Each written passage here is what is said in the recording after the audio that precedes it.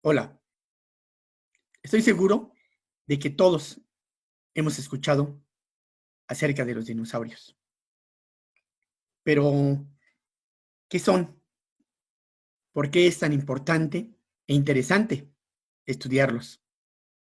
Ese es el objetivo de esta charla.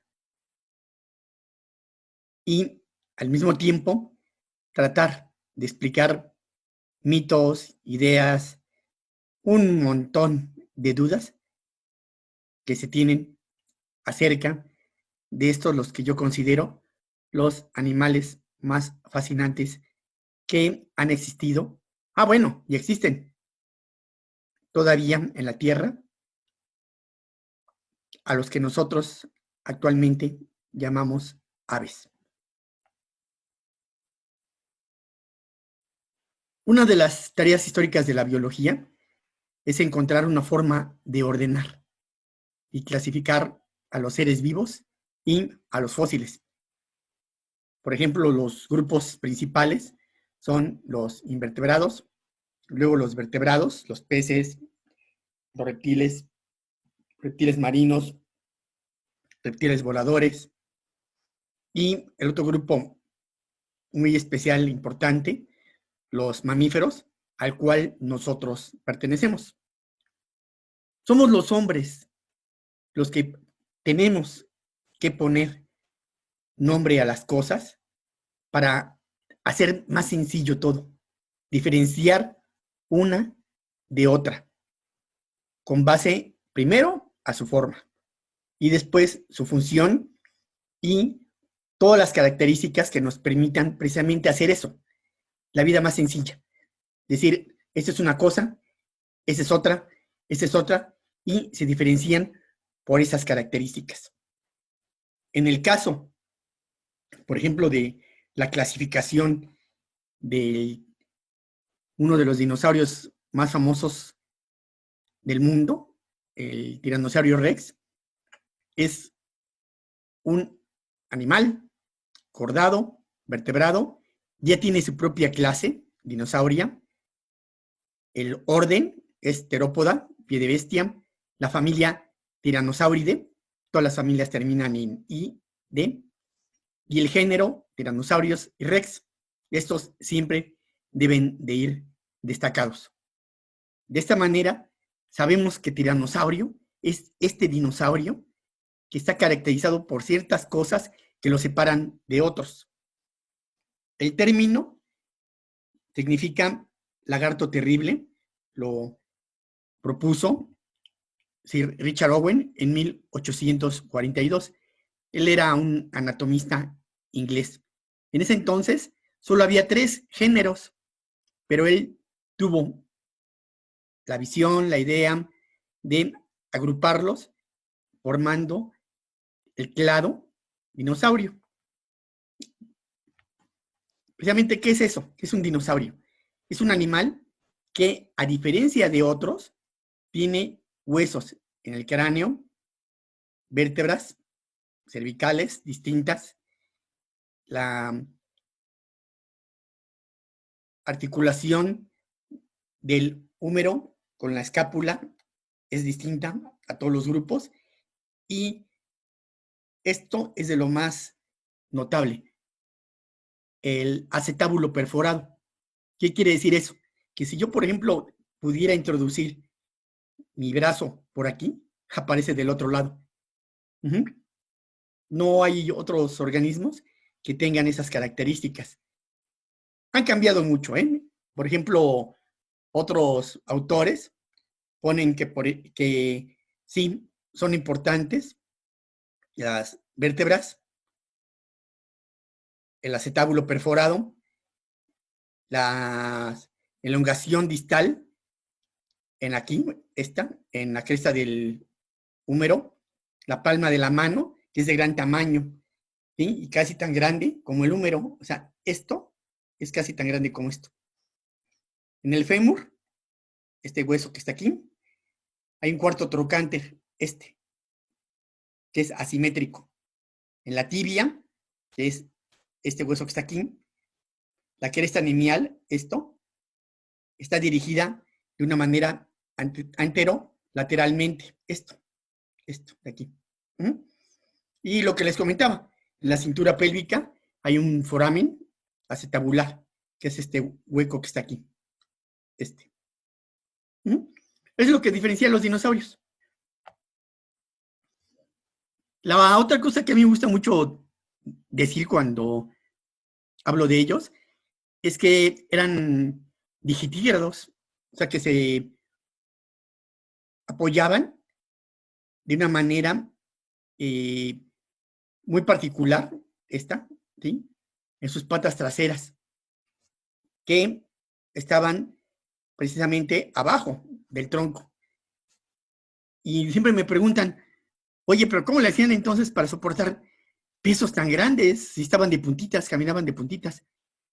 Ahí viene una cosa muy padre de la madre naturaleza, que los huesos de ellos están torcidos, como se ve aquí. ¿Qué quiere decir eso? Que, por ejemplo, si nosotros queremos poner en nuestra pared un cuadro pesado, no lo colgamos en un clavo. El clavo recto lo hacemos en un tornillo, que también es recto, pero que tiene un montón de vueltas.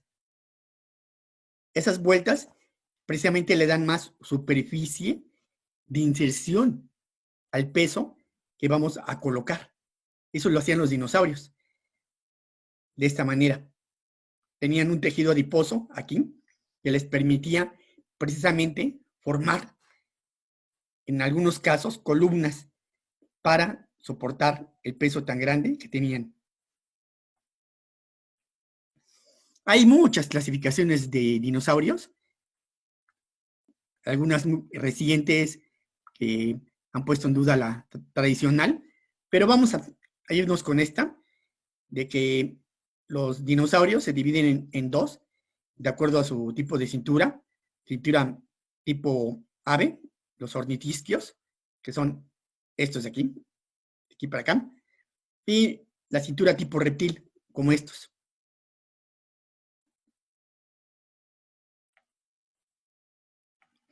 Precisamente una de las formas de clasificar a los organismos son los cladogramas.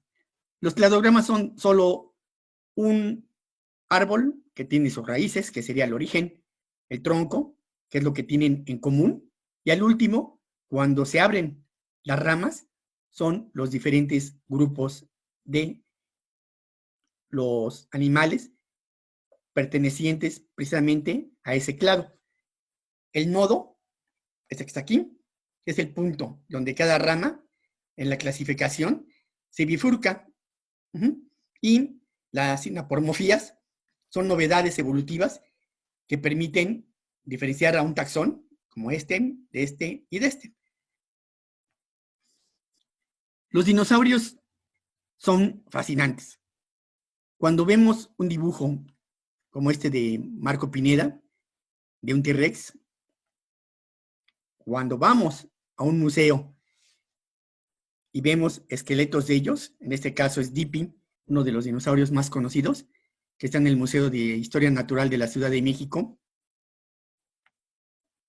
Cuando vemos dibujos como este, de un ceratópido, empezamos a imaginar, a viajar en el tiempo, a querer saber más de ellos, porque nos estamos haciendo preguntas de, ¿así eran? ¿Por qué pesaban tanto? ¿Cómo caminaban? Eso es la importancia de los dinosaurios, que nos introducen a ciencia, a cuestionarnos, a leer, a saber más y más de ellos. Y al hacerlo, precisamente nos estamos motivando a aprender más. Esa es la importancia de los dinosaurios. Yo siempre he dicho que si quieres motivarte a leer, es a través de los dinosaurios. También hay que recordar que ellos, cuando tuvieron su origen y su apogeo, el mundo era muy distinto. Actualmente es así la distribución de las aguas y los continentes. Y en el tiempo de los dinosaurios era así. Estaban más cerca, más unidos, en lo que se conoce como Pangea. ¿En dónde vivieron? En todos los continentes que conocemos nosotros actualmente. Estos son para Jurásico. Eso es para Cretácico. Véanlos. Están en todos lados. ¿Cuándo vivieron? Igual, recuerden que nosotros, con base a las formas de vida, a los eventos, dividimos la historia de la Tierra en precámbrico, paleozoico, vida antigua, mesozoico, vida media, cenozoico, vida reciente. Los dinosaurios se originaron aquí, en el Triásico, hace unos 235 millones de años aproximadamente. Esto siempre cambia porque se encuentran más evidencias para decir cuándo fue el origen de ellos. En el Jurásico tuvieron las formas más grandes. En el Cretácico ya hubo otro tipo de organismos, pero más diversos. Aquí está, miren. Triásico, Jurásico, Cretácico. Para encontrar dinosaurios, nosotros vamos a los lugares precisamente donde la erosión permite que haya rocas de esta edad. Es ahí donde los buscamos. Y también, muy importante, siempre nos dicen, ¿dónde hacer el agujero? ¿Cómo le hacen para saber en dónde hacer el agujero? No, no hacemos agujeros, Caminamos a lo largo de las rocas y tratamos de diferenciar algo que ya tenemos en nuestra memoria, en nuestra biblioteca mental. Ya hemos estudiado, ya hemos visto huesos y tratamos de diferenciar precisamente eso dentro de las rocas. Te puede decir que es relativamente fácil para algunas personas. Lo difícil, y esa es otra plática, es colectarlos y limpiarlos. Esas son las formas del Triásico. Son unos super dibujos de Luis Rey, de cómo era la vida en el Triásico. Los dinosaurios de Jurásico, este es un alosaurio, son los cuellos largos, los más populares. Pero para el Cretácico, les comento, ya hubo formas distintas, hasta el final está el T-Rex, y de uno de estos, parecido, surgieron las aves. ¿Qué quiero decir con esto? Que los dinosaurios no se extinguieron totalmente. Un grupo de ellos, con características muy especiales, dio lugar a lo que nosotros, ahora los humanos, llamamos aves. ¿Y ese que está aquí? ¿Es el tataranieto? No, tatarabuelo de alguno de nosotros. Hubo, como les comento, dinosaurios en todos lugares. Estos son los que les llaman del frío, de la Antártida. De hecho, se han encontrado en Australia, pero recuerden, es cuando esa parte que ahora le llamamos Antártida estaba pegada a este supercontinente. También se propone que los dinosaurios migraban de lo que ahora son los continentes actuales de uno al otro. Esta propuesta que está aquí es la migración de dinosaurios de Asia hacia Norteamérica. Y, por ejemplo, este que me gusta muchísimo, yo tuve la fortuna de estar cuando se encontró allá en China, el Wanlong, es, ahora sí, el abuelo del T-Rex, este. ¿Cómo eran los dinosaurios? Igual que todos los animales que conocemos, no tenían por qué ser distintos. Tenían precisamente su columna vertebral, su cerebro, su tracto digestivo, su hígado, sus pulmones. Precisamente eso es lo que damos en la materia de paleobiología de dinosaurios, que impartimos en la Facultad de Ciencias, estudiarlos como organismos que alguna vez estuvieron vivos. De eso se trata. No tienen por qué diferenciarse de ningún otro animal. Son igualitos. Y si quieren ustedes saber más precisamente de cómo eran ellos, véanlos como animales, ¿sí? No los vean solo como fósiles, como una parte que está en un museo, un objeto. No, no, no. Siempre imagínenselos como seres vivos. Precisamente ellos, dependiendo de los dientes que tenían, se dividen en dos grupos principales, que son los carnívoros, como este, o los herbívoros. Aquí también es padre. Fíjense, de aquí para acá, los carnívoros, vean el tipo de dientes que tenían para desgarrar. Eran muy efectivos, pero eran pocos. Y eso sí, se caía uno, un diente, salía el otro. Se caía un diente, salía el otro. Nunca se quedaban chimuelos. Y en el caso de los fitófagos, aquí solo, imagínense, tenían 300 dientes en un solo lado. No todos eran funcionales, unos estaban abajo de otros. Si se los quieren imaginar, agarren de estos ganchos para la ropa, para colgar ropa, y pongan uno, ¿sí? Pónganlo encima del otro y váyanlos uniendo. Eso es una batería dental, que es esto precisamente. Esto. También es necesario aclarar, los reptiles marinos, como estos que están en la transparencia, son muy diferentes a los dinosaurios. Tienen otro tipo de características en sus cráneos, la modificación de sus patas en aletas, igual que los pterosaurios, que son reptiles voladores. Es un tronco común de reptiles que dio lugar a todos estos grupos. Ahora bien, ¿en qué nos basamos para saber que existieron? En los fósiles, que son cualquier evidencia de vida antigua, y la ciencia, más bien es una disciplina, como bien dice mi colega Ángel Alejandro.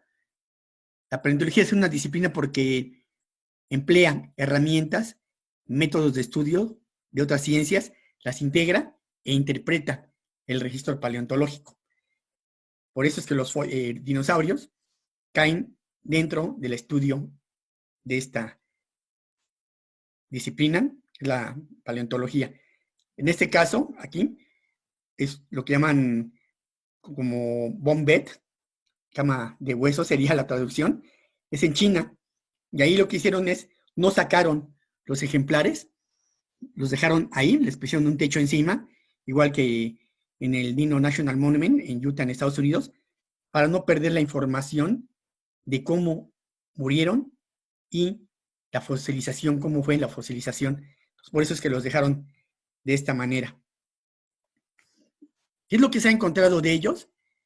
Dientes, porque es lo más duro, huesos, algunas veces aislados, otras articulados, otros semiarticulados, rotos, pero también ya se han encontrado algunos buenos esqueletos articulados y también con impresiones de piel como esta.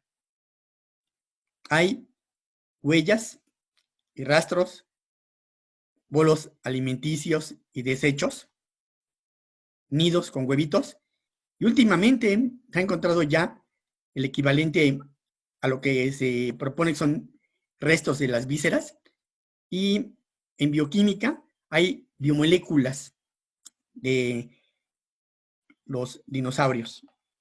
Cada rato se encuentran y se hacen experimentos para obtener más información acerca de ellos. Ya no como irnos, como les comentaba, de estampita. No, ahora con todo esto tenemos más evidencias para saber cómo eran los dinosaurios.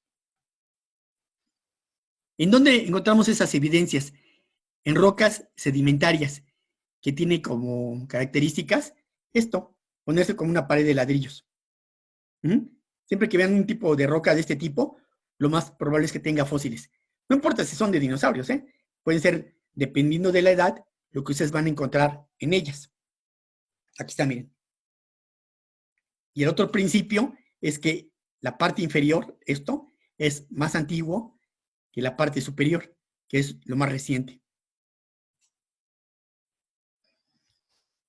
Las evidencias osteológicas directas se llaman, se forman después de la muerte del dinosaurio, comprenden huesos como estos que están aquí, que se descubrieron en Rincón, Colorado, aquí en México, que es una de las zonas paleontológicas más conocidas del país. Eso es en el sureste del estado de Coahuila, es la cola de un dinosaurio que recolectamos hace algún tiempo. Es muy importante. ¿Por qué? Porque es articulada. Y de esa manera, cuando se hacen las reconstrucciones, se sabe exactamente, no solo con base al tamaño y a su forma, en dónde van. Es decir, con esto sé que esta es la primera, la segunda, la tercera, la cuarta, anterior, aquí iría lo que es la cintura, y para acá es el final de la cola.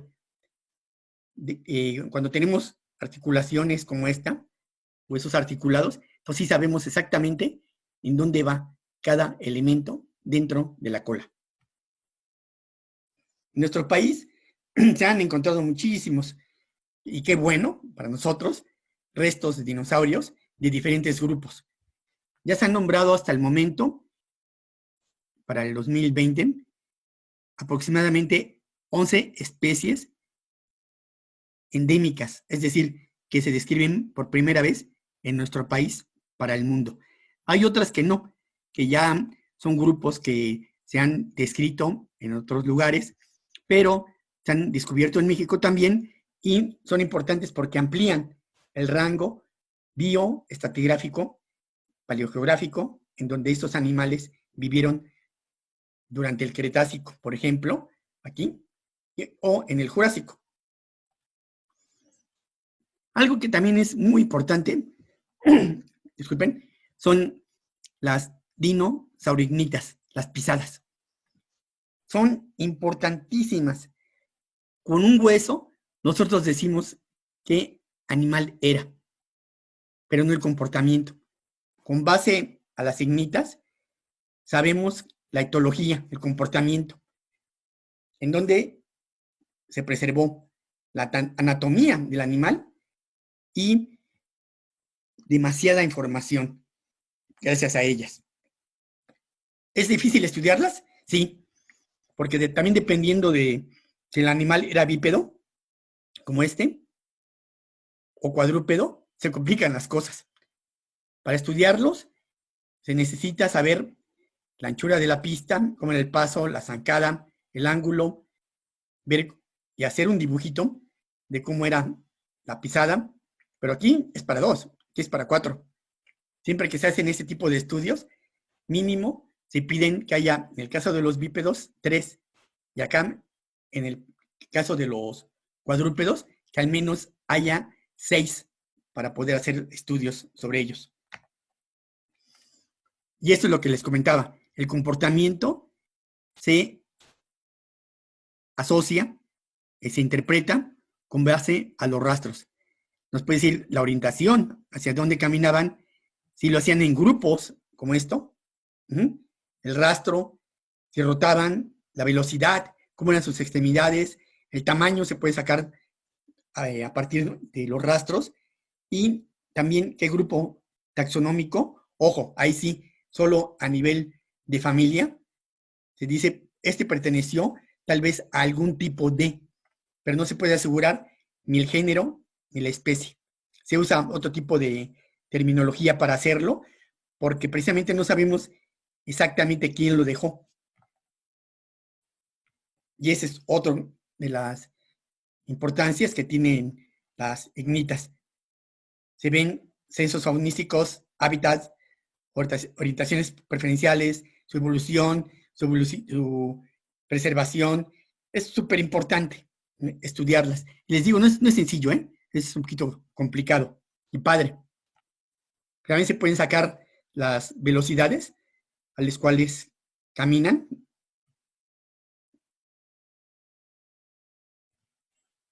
Y hay sitios maravillosos en donde se han descubierto, como este que está en Bolivia.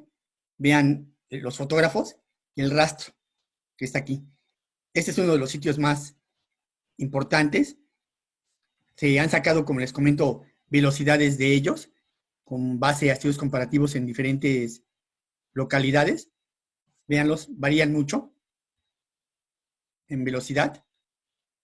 Y aquí es donde uno dice, hey, fue verdad lo de Parque Jurásico, ¿no? Que iba hecho la raya el tiranosaurio ahí persiguiendo a los del Jeep. No, parece que no corrían muy rápido.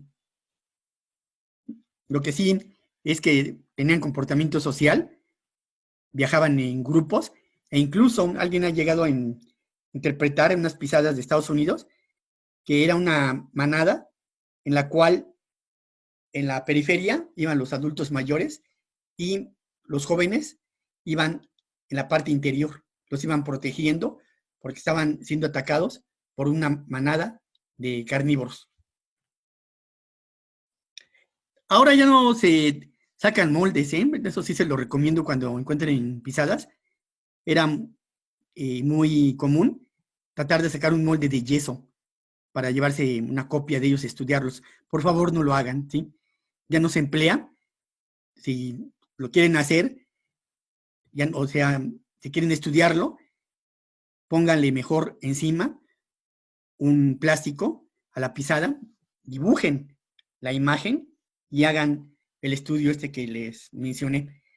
También ahora ya es muy común y bastante sencillo que se hagan estudios en imágenes, como por ejemplo a esta, siempre pongan una escala y tómenle fotos así, así, así, de lado, con que tengan 21 fotos, no importa la hora, ni el nivel, lo único que es demasiado importante es pongan una escala y no la muevan de lugar, porque precisamente va a ser la escala la que en los programas de computación va a hacer que estos puntos se unan y formen una imagen. Esta es la original. Esta es la nube de puntos. Yo ya manipulando el programa tienen esto y esto. Lo pueden ya imprimir en una de estas nuevas impresoras digitales y ya tienen su copia. Y ya de esa manera no dañan el ejemplar original. Hay muchas pisadas en el mundo, Yo cuando empecé a dar este tema, me sorprendió. Hay más restos y más sitios con pisadas y con rastros que con huesos. Oh, ¿por qué? Claro, cuando un organismo muere, tiene determinado número de huesos que dejar. Pero, en cambio, cuando vivió, recorrió muchos lugares, demasiadas distancias, y en alguno de ellos dejó sus pisadas. En México no somos la excepción. Ese es un mapa de en dónde se han localizado pisadas de dinosaurios en nuestro país.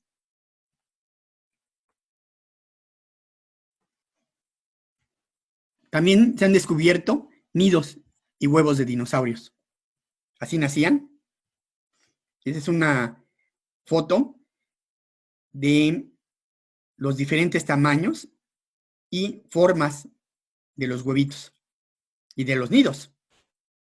El más pequeño que yo conozco sería como el equivalente a una pelota de ping-pong o de golf, y el más grande sería el equivalente a un balón de fútbol americano.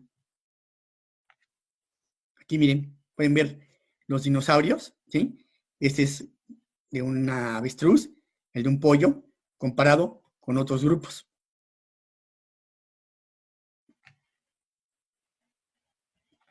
Y son diferentes nidos de dinosaurios a la misma escala.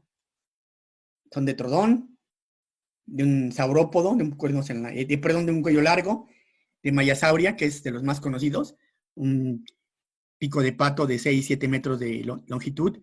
Ese es otro hadrosaurio. Y vean, varían en el número y en la forma en la cual colocan ellos los huevitos en el nido. Como este.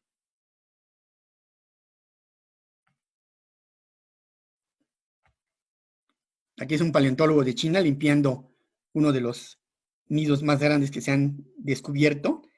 Este es de un tipo raptor, descubierto en China. Como se han encontrado bastantes, también ya se pueden preparar, se les pone diferentes concentraciones de ácido y vean, se obtiene adentro del nido cómo estaba el esqueletito del dinosaurio para saber su acomodo dentro del huevo cuando se estaba desarrollando. De esa manera se hacen reconstrucciones de cómo nacían, cómo rompían el huevito. Y también se han encontrado, para nuestra buena fortuna, esqueletos increíblemente bien preservados que nos hablan del comportamiento de ellos. Por ejemplo, este se llama Mei Long, dragón dormido, que si ustedes lo ven, tiene exactamente la posición en la cual duermen las aves. Aquí está el cráneo y vean el dibujo que está abajo con la interpretación precisamente de cómo el animal dormía. Ya se han encontrado de este aproximadamente 13, para que no digan así de que no, se lo inventaron. No, no, este sí es de los buenos. Y también mi amigo Jim Clark, él descubrió en los 90s este increíble nido. Ya habían encontrado los canadienses otro, pero este tiene esa peculiaridad, está bastante completo. Aquí están los brazos, este es el húmero, la ulna, el radio, las garras, y están empollando el dinosaurio a los huevitos.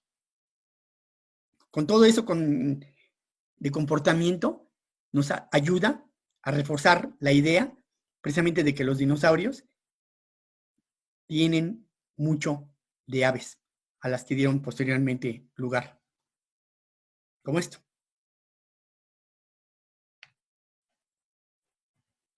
También ya se han hecho estudios de cuánto era el tiempo de incubación de los huevitos en diferentes animales. Se ha hecho estudios de aves, dependiendo del grupo, es de 11 a 85 días, en reptiles de 38 a 100 días, y se extrapola usando lo que llamamos nosotros tanto anatomía animal comparada como el principio de actualismo biológico, que para interpretar el pasado debemos saber del presente.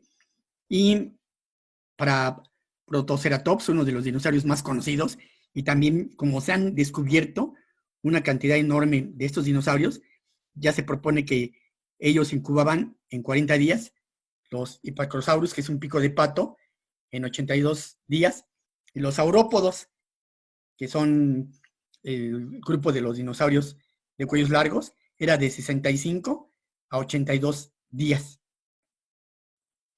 Y ese es un mapa de los lugares en donde se han encontrado restos de nidos o cáscaras. En México ya se han descubierto, en Baja California, y se tiene también un registro para Coahuila. La otra evidencia de restos de dinosaurios son la piel. Es padrísimo, miren. Esta es de Coahuila, esta es de Baja California, eso es de Estados Unidos. Con la piel, nosotros podemos hacer la reconstrucción, como es esta serie de imágenes de Luis Rey. Se tiene el esqueleto, se le pone el músculo, se le pone la piel y luego los colores. Los colores se ponen de acuerdo al comportamiento del animal, de qué tipo, si es carnívoro, si es fitófago, si es omnívoro. Se hacen un montón de estudios de anatomía, de comparación con otros organismos actuales, dependiendo de su comportamiento, para ponerles el color. No es fácil. Últimamente se han descubierto y se propone que hay melanosomas, la proteína que le da el color, y ya por eso se hacen reconstrucciones de acuerdo a esas evidencias y se les da color a los dinosaurios, como estos.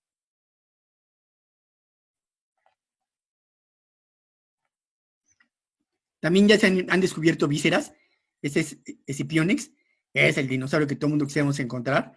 Se descubrió en Italia, tiene de todo, y se propone que esta parte de aquí son la preservación de tejidos blandos internos, el duodeno, por ejemplo.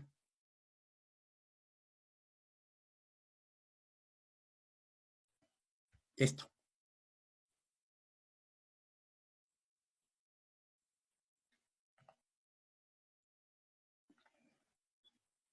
Y últimamente se han encontrado células musculares. Esto lo desarrolló la doctora Mary Schweitzer. La anécdota es muy padre. Ella trabajó con Jack Horner, un paleontólogo muy conocido. Cuando estaban colectando un tiranosaurio, lo tuvieron que dividir para poderlo colectar. Se cayeron algunos fragmentos del hueso. Y ella se le dijo a Jack, Jack, ¿me los podías regalar? Quiero meterlos en ácido para ver si aún después de mucho tiempo hay algo orgánico, algo que se haya preservado. Los metió el ácido, no es tan fácil, ojo, no es tan fácil. Se meten en ácido, se hacen con lo que queda después de la acción de esa sustancia y los fragmentos, el polvito que queda, se mete a estudios de resonancia magnética y RANAM, además de cromatografía. Lo que ella encontró fue esto, evidencias de vasos sanguíneos en T-Rex. Y después lo hizo en otros fósiles de picos de pato, de un ceratópido y de un saurópodo, y encontró esto.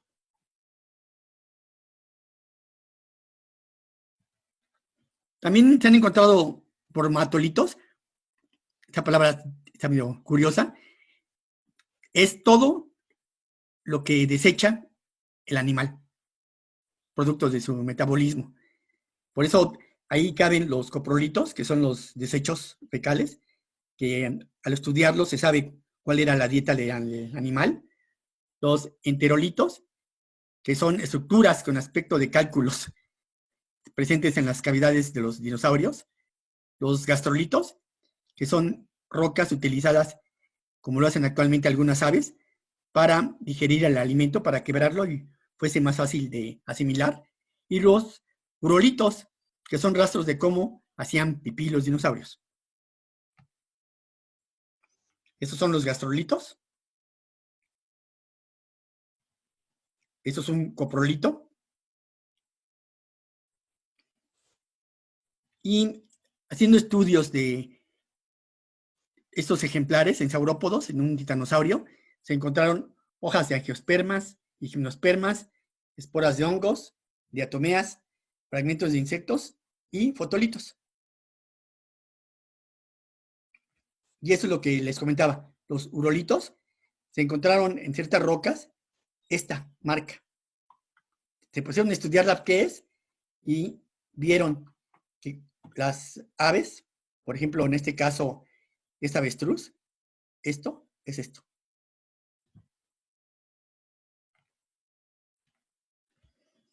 Ahora bien, ¿cómo se nombran los dinosaurios? Esto también es muy padre, lleva mucha confusión en ocasiones porque aparecen grupos, desaparecen grupos. El trodón, que es muy conocido, no es válido porque el brontosaurio ahora sí es válido.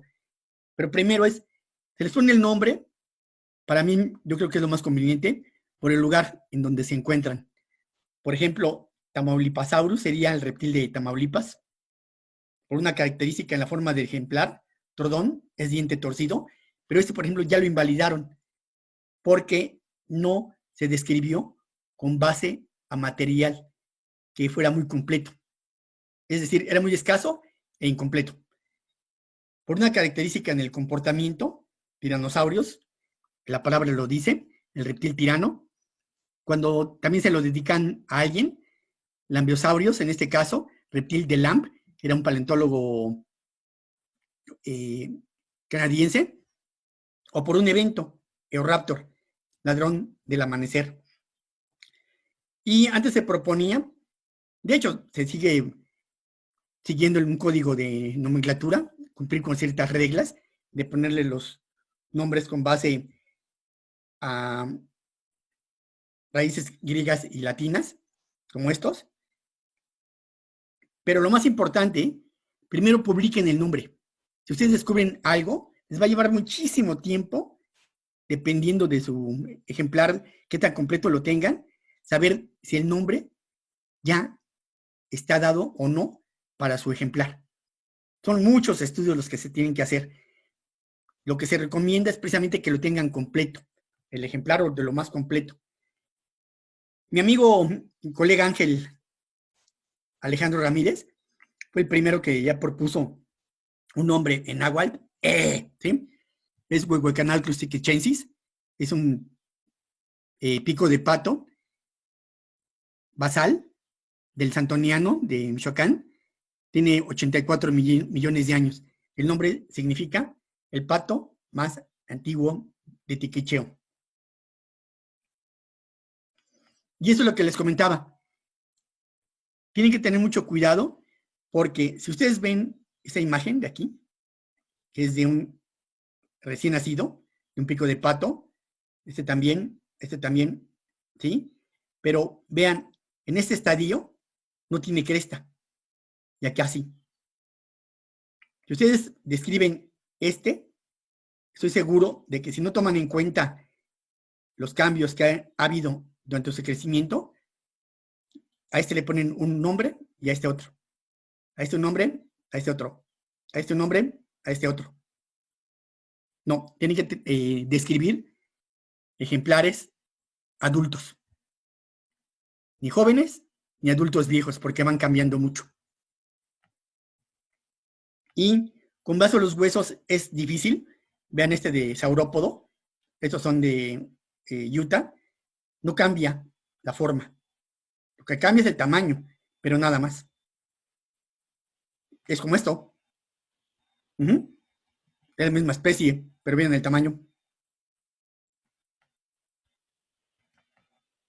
Por eso es que debemos de tener cuidado al nombrar un nuevo ejemplar. Se tienen que tomar muchas características, ya no solo la forma, como les comento, sino que ahora es, dentro de la forma, el tipo de forma que tienen, claro, ¿sí? En los dientes, si tenían o no serraciones, hacia dónde estaba dirigida la sierrita, hacia abajo, hacia arriba, si la punta era roma, si era acusada, y hacer muchos análisis de lo que ahora se llama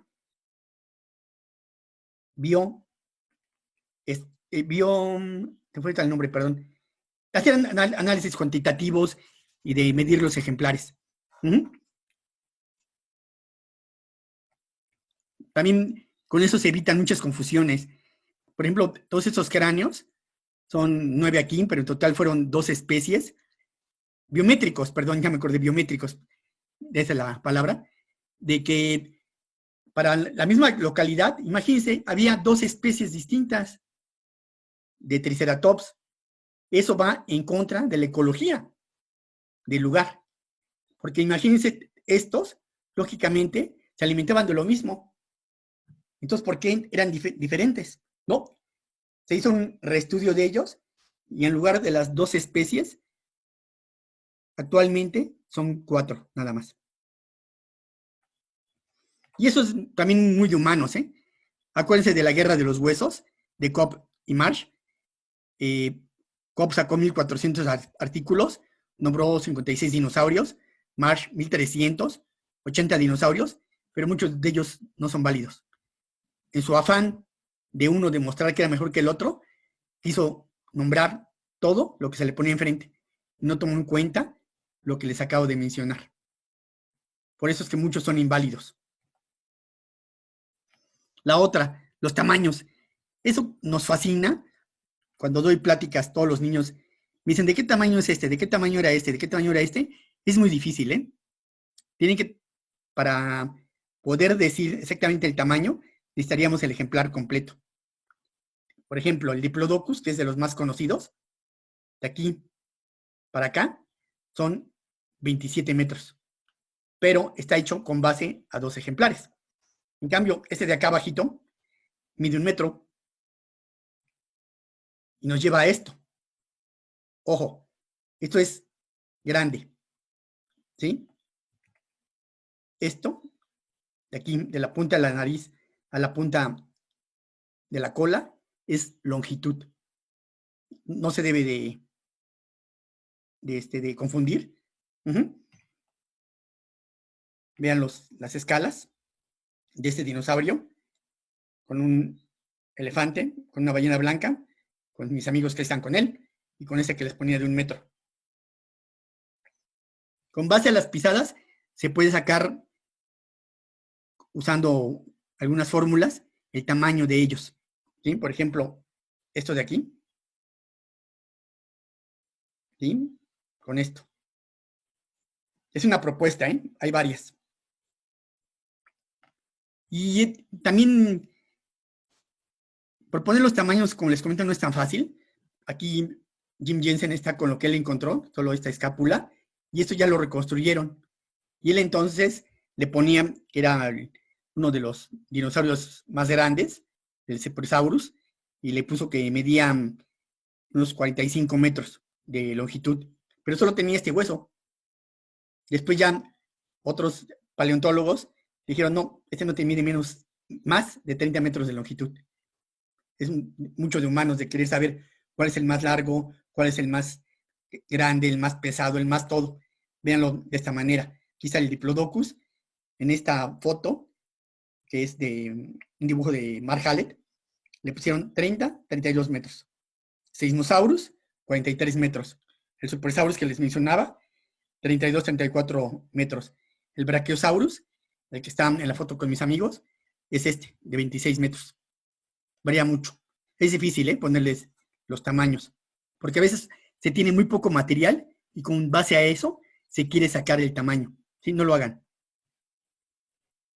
¿Sí? Por ejemplo, el Puertasaurus, que es de Argentina, se encontró poco material, de hecho lo restauraron, y primero habían dicho que era el más grande de todos los saurópodos de Argentina, más que el Argentinosaurus, le daban alrededor de 50 metros. Otros estudios ya lo colocan como de 30 metros solamente. Muy parecido al Argentinosaurus. Y miren, eso también es curioso. El Micropachycephalosaurus es el dinosaurio que tiene de los nombres más largos y en cambio de longitud mide menos de 1 metro.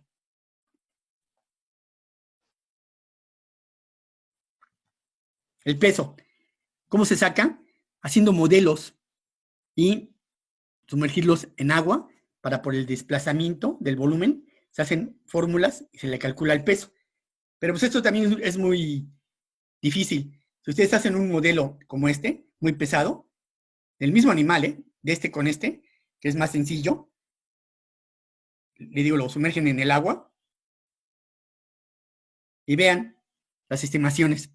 Para el alosaurio, Colbert lo ponen de 7 toneladas y Baker lo baja a 5. El apatosaurio es increíble, ¿no? De 31 a 25. El brachiosaurio de 78 a 40. El triceratops de 8 a 5.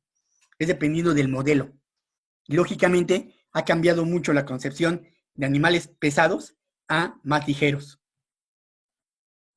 La extinción. Uy, amigos, hay más bien serían alrededor de 160 teorías acerca de cómo desaparecieron. La más conocida, la del meteorito que cayó y acabó con los dinosaurios. A mí no me gusta mucho. Les digo, hay demasiadas razones para cada grupo, tiene sus causas de desaparición. pero lógico, ¿no? La extinción del KT que le llamaban, o ahora KPG, ¿sí? Cretácico Paleógeno, es la más popular, claro, por los dinosaurios, pero es muy selectiva en ciertos sentidos. ¿Por qué solo se acabaron los dinosaurios? ¿Por qué no se acabaron las aves que ya estaban, los mamíferos, las tortugas, los cocodrilos? Es como si ahorita cayera un meteorito que dijera, se van a morir los feos. Lógico, me quedaría yo solito. Yo estoy más de acuerdo en que los dinosaurios no se extinguieron, sino que un grupo de ellos dio origen a las aves hace 150 millones de años. Aquí también, perdón, la palabra es años. Pero ojo, es un grupo de ellos. No, yo no estoy diciendo que el T-Rex dio lugar a este, no, no, no, no, no. ¿Sí? Hasta el T-Rex se muriera de la risa. No, fue un grupo de ellos muy especial, ¿eh? Maniraptores se llaman, que son estos. De un Celophysis, huelosaurio, dio por evolución origen a esto. Pasando precisamente por todas estas etapas para la adquisición del vuelo batido. La versión tradicional sería esta, que de algún tipo de cocodrilomorfo salieron los dinosaurios. Aquí se extinguieron, pero este Archaeopteryx, que es súper importante, dio origen a las aves. Ahora lo que se propone es esto.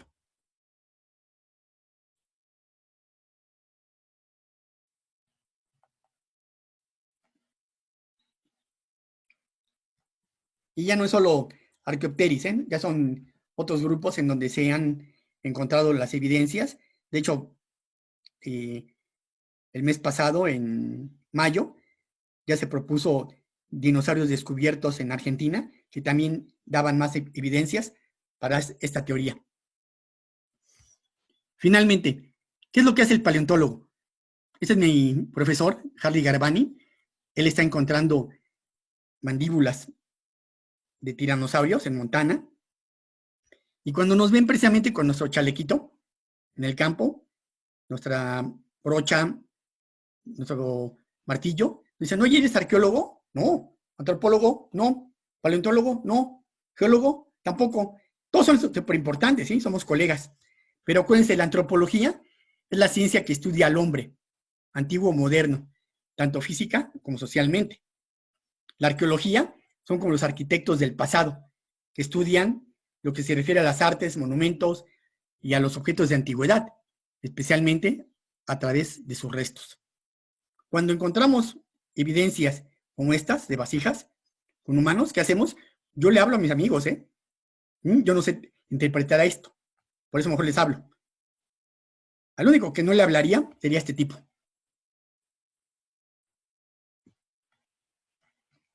Con esto termino mi plática, diciéndoles, ante todo, gracias, que los dinosaurios son el mejor medio para motivar a los niños a leer e investigar.